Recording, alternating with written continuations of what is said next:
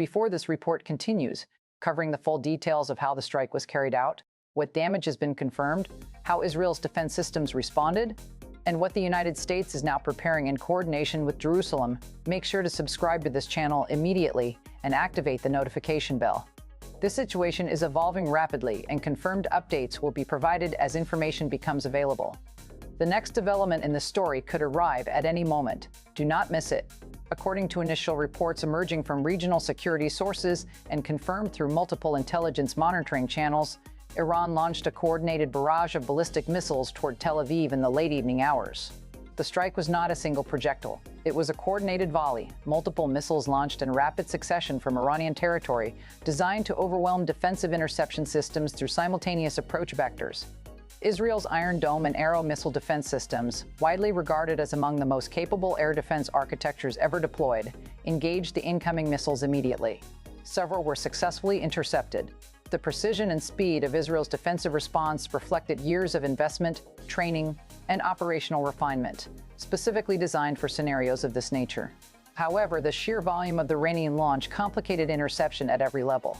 When multiple ballistic missiles approach from different vectors simultaneously, even the most advanced layered defense system faces a mathematical challenge that no technology has yet fully solved. Some missiles penetrated the defensive envelope. The compound was struck. The full extent of casualties and structural damage is still being assessed. Israeli authorities have confirmed the strike occurred and stated that emergency response operations are actively underway. The specific status of senior leadership members who may have been present in the compound at the time of the strike has not been publicly confirmed as of this broadcast, a silence that is itself being analyzed with significant concern by intelligence officials across multiple governments. What has just been confirmed in the last 60 minutes will redefine the trajectory of the Middle East for years to come.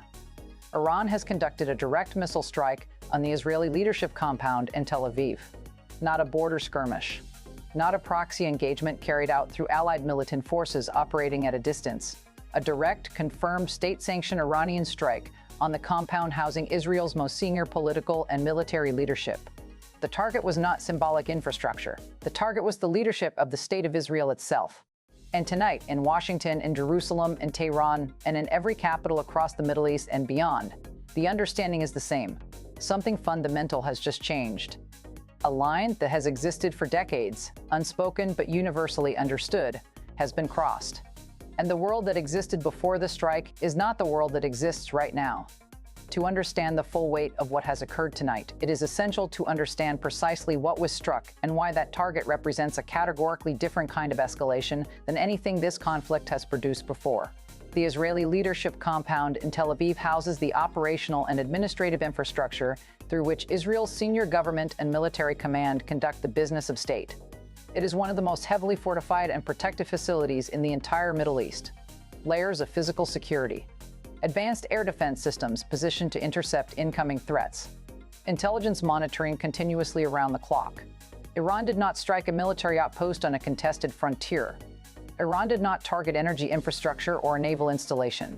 Iranian forces directed precision missiles at the building where Israel's leaders work, coordinate, and make the decisions that govern one of the most strategically critical nations in the world.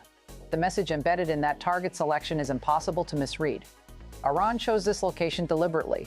The strike was designed not merely to cause damage. It was designed to demonstrate that Israel's leadership, the individuals at the apex of the state, is within range, within targeting capability, and within Iran's willingness to engage directly. That demonstration changes everything about how this conflict must now be understood. The international reaction was immediate, overwhelming, and reflected the understanding shared by every government watching tonight that this strike has moved the conflict into territory that carries consequences of a genuinely global magnitude. The White House issued an emergency statement within minutes of the strike being confirmed, expressing unequivocal support for Israel's right to defend itself and describing the Iranian action as an unconscionable act of aggression that will not go unanswered. Senior administration officials were seen entering the West Wing for emergency consultations within the hour. The president was briefed in real time as the strike unfolded.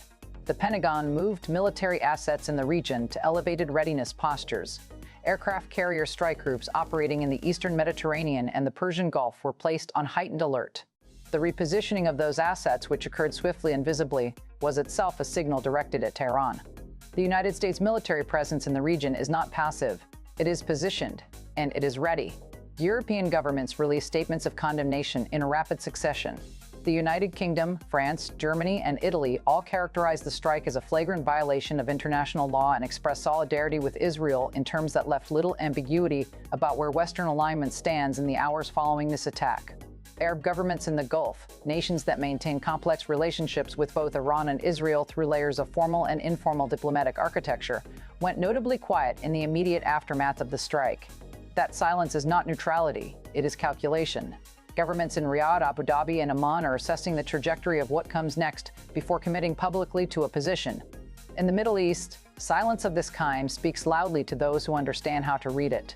The question that is consuming every intelligence agency, every defense ministry, and every senior government official engaged with this situation tonight is one that carries consequences of an almost incomprehensible magnitude. How does Israel respond? Israel has maintained a doctrine of military response that is consistent, proportional in its own terms, and historically swift. Previous strikes on Israeli territory, whether from Iranian proxies, Hezbollah assets in Lebanon, or ballistic missiles launched from Iranian soil, have been met with responses calibrated to restore deterrence while avoiding the kind of uncontrolled escalation that would draw the entire region into open warfare simultaneously. Tonight's strike on the leadership compound introduces variables that fundamentally complicate that calculus. This was not a strike on a military installation. This was not a strike on infrastructure. This was a strike on the people who lead the country. And Israel's response doctrine in the face of a direct attempt to decapitate its leadership does not follow the same measured playbook that has governed previous exchanges. Senior Israeli defense analysts speaking on background to security publications described the next 24 to 72 hours as the most consequential decision window the Israeli government has faced in its modern history. The response, when it comes, and the assessment of those analysts is that it will come, will be designed to send a message that permanently recalibrates Iran's understanding of what direct strikes on Israeli leadership will cost.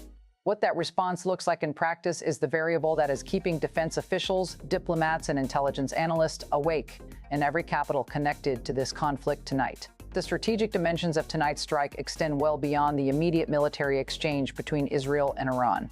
The Strait of Hormuz, through which approximately 20% of the world's daily oil supply passes, sits within Iran's operational reach. Energy markets began reacting within minutes of the strike being confirmed. Crude oil futures moved sharply upward as traders and analysts processed the implications of an open military confrontation between Iran and Israel for regional stability and supply chain security. Global financial markets are absorbing the shock of an event that risk models had classified as a tail scenario, possible in theory, but assigned low probability in near-term assessments. That reassessment is now happening in real time across trading floors and investment institutions worldwide. The economic consequences of a sustained Iran-Israel military exchange will not remain confined to the region. They will move through energy prices, through shipping insurance costs, through defense sector capital flows, and ultimately through the cost of living experienced by ordinary people across the global economy. The United States military posture in the region, already significant before tonight, is now being reconfigured in ways that reflect the understanding that this situation has the potential to escalate beyond the bilateral exchange between Iran and Israel into something that involves American forces directly. That is a threshold that the administration has historically sought to avoid. Whether it remains avoidable in the coming days depends on decisions being made tonight in Jerusalem, in Tehran, and in Washington simultaneously.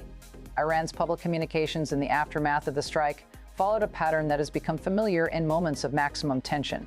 Official statements from Iranian military commanders described the strike as a legitimate act of self-defense in response to what Iran characterized as sustained Israeli aggression against Iranian interests, personnel, and allied forces across the region.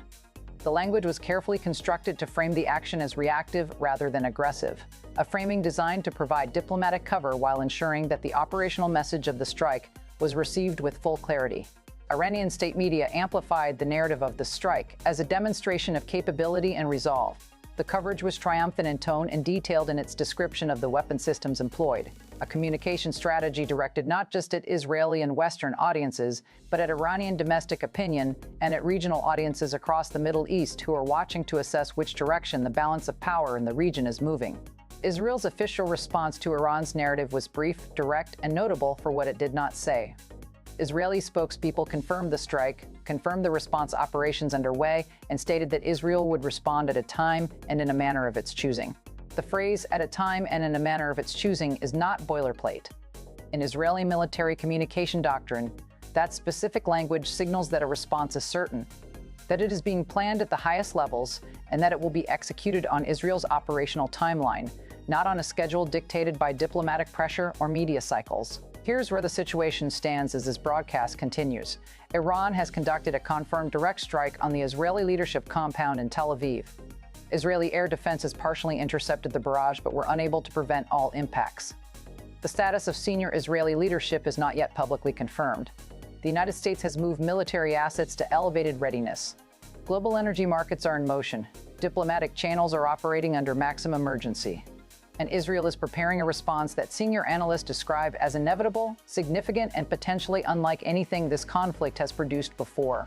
The next 72 hours will determine whether what happened tonight becomes the opening of a direct Iran-Israel military confrontation, with all the regional and global consequences that scenario carries, or whether back-channel diplomacy, American intervention, and the logic of mutual restraint succeed in preventing a full-scale escalation that neither side nor the rest of the world is fully prepared to absorb. That determination has not yet been made. The window is open. The decisions are being made right now in rooms that the public cannot see by individuals whose choices will shape the next chapter of Middle Eastern history.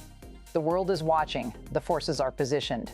And this story is far from its conclusion. Stay subscribed for every confirmed development as this situation continues to evolve. If this report gave you clarity on one of the most significant events of our time, share it, engage with it, and ensure those around you understand the full weight of what is unfolding tonight. Your analysis in the comments section matters. This conversation is important. This channel will remain on this story until its conclusion.